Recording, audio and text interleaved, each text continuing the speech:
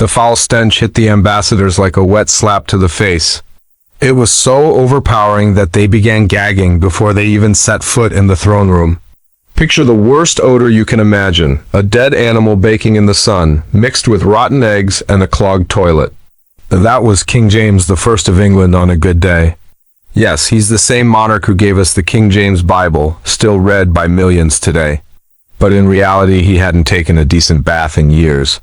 His tongue was too large for his mouth, causing him to drool constantly, and his clothes were infested with lice.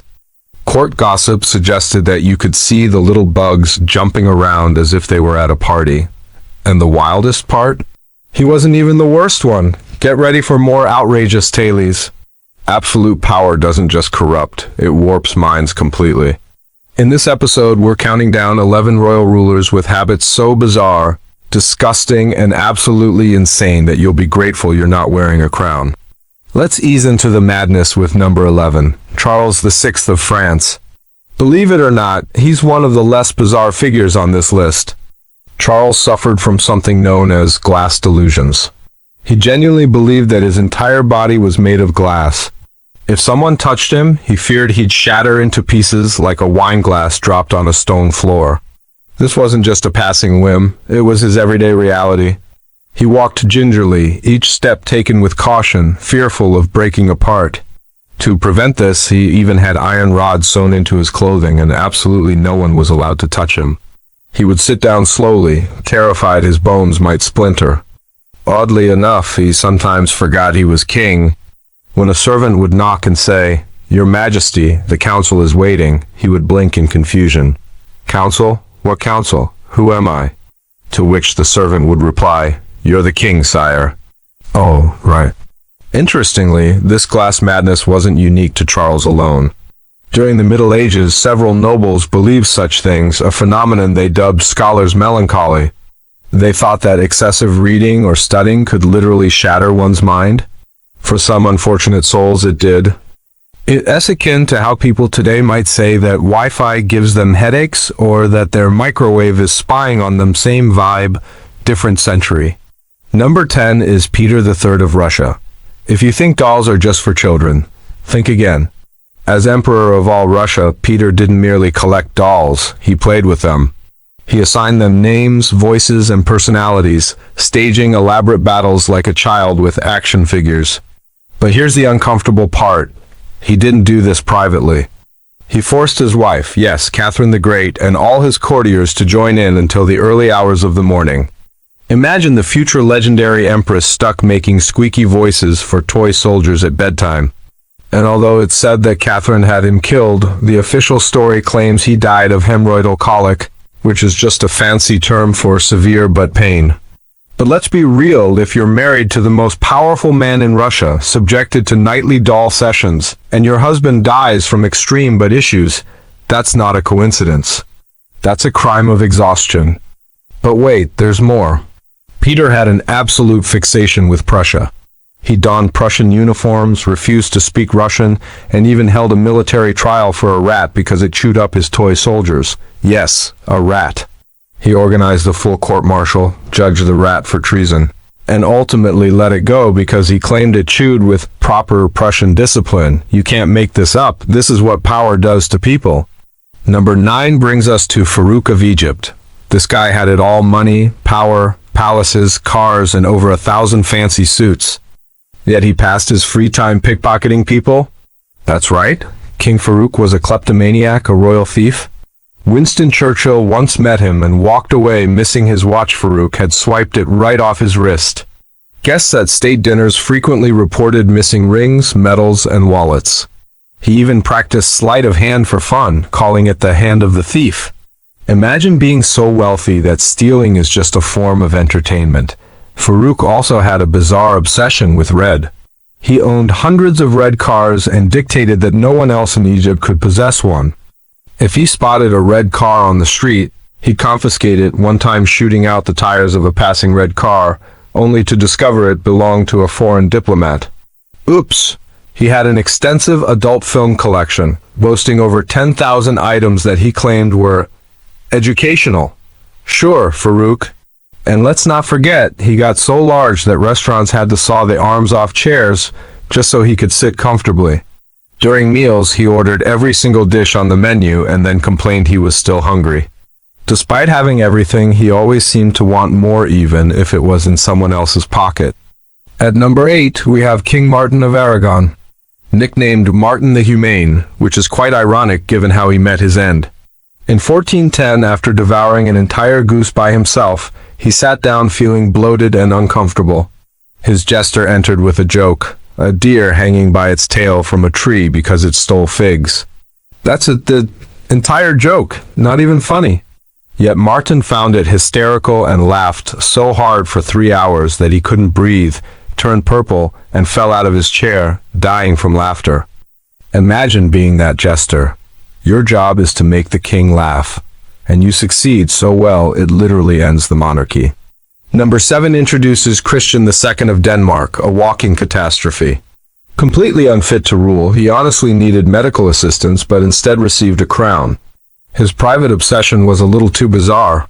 Let us just say he did it so often that his doctors provided him with a special chair to prevent injury. You can fill in the blanks. He randomly slapped people, guests, politicians, anyone nearby at royal weddings, peace talks, and dinner parties. He sprinted through the palace at night, breaking furniture and tearing down art while shouting nonsense. He even declared his dog a government minister, expecting people to take it seriously. Oh, and he loved playing leapfrog, but not with children. No, he made ambassadors engage in leapfrog with him while dressed in full royal attire. You'd arrive to discuss international trade only to find yourself hopping around the throne room like a schoolboy. Coming in at number 6 is Caligula, the Emperor of Rome. Born into power, he quickly spiraled into madness. Let's talk about his horse, Incitatus. Caligula lavished marble stables, golden feed bowls, and purple robes upon it, even inviting the horse to dinner parties and treating it like a politician. He planned to make Incitatus a Roman senator. On top of that, he declared himself a living god, dressing as Jupiter one day and Venus the next, ordering temples to hold rituals in his honor.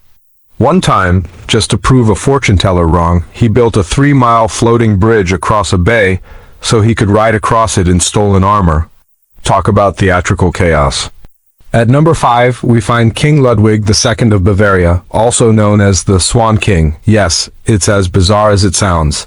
He was obsessed with fairy tales and opera, constructing castles that looked like something out of Disney. One of his castles even inspired the actual Disney castle. Not only did he build fantastical palaces, but he also lived in them like a storybook prince, donned medieval robes, floated in shell-shaped boats beneath man-made waterfalls, and rode sleighs during summer. His strangest habit? Hosting dinner parties for deceased royals, complete with set tables, poured wine, and food served to empty chairs for Louis XIV and Marie Antoinette. It was like haunted dinners every night. Number 4 brings us to Ibrahim the Mad, Sultan of the Ottoman Empire. After enduring 22 years in isolation, Ibrahim emerged and completely lost control. He had a fixation with fur, covering everything in his surroundings, walls, floors, ceilings, with it. Even in the summer heat of Istanbul, he wrapped himself in fur blankets. But it got darker. He had a peculiar obsession with large women, demanding the fattest woman in the empire to be brought to him. They found Sheikh Parari, a 330-pound woman, and made her a favorite, even appointing her governor of Damascus. More disturbingly, he became paranoid about his wives cheating on him. One night, he had 280 women from his harem drowned at sea, leaving only one survivor to tell the tale. At number 3, we have Qin Shi Huang, the first emperor of China. The man who unified China was also desperate for immortality. He consumed mercury pills daily and even bathed in mercury, believing it would grant him eternal life. Spoiler alert, it didn't. He constructed 270 palaces, all connected by secret tunnels to evade would-be assassins. Terrified of books and scholars, he burned countless texts and buried 460 scholars alive for questioning his rule. Upon his death, his officials concealed it. They loaded his decaying body into a wagon, surrounded it with barrels of dead fish to mask the stench, and traveled for weeks pretending he was still alive. Number 2 is Adolf Fredrik, King of Sweden, known for dining himself to death. His final meal was a disaster: lobster, caviar, sauerkraut, smoked herring, champagne, and 14 cream buns. Yes, 14. He stood up from the table, collapsed, and died. That's his legacy: a king consumed by food, not battles or policies. And finally, at number 1, we have Henry VIII of England. Everyone knows about his 6 wives, but few discuss the nightmare his body became. By the end of his life, Henry weighed 400 pounds, covered in sores, with a leg wound that oozed pus daily. He was too large to walk, too wide to fit through doorways, and required ropes to hoist him onto the toilet. He suffered from type 2 diabetes, and his urine had a sweet smell, attracting flies. Despite refusing to bathe, he insisted on having fancy portraits painted that depicted him as slim and strong. When he died, his body exploded from internal gases, causing his coffin to burst open and dogs to lick the fluid seeping onto the palace floor. A king who left the world with a bang. So what's the takeaway from all this? Absolute power doesn't just corrupt, it scrambles people's minds. After hearing all of this, you might find those boring, tie-wearing politicians sound kind of nice.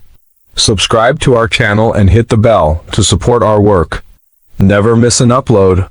Like this vid, drop a comment, and share it with others to help us grow this historical community.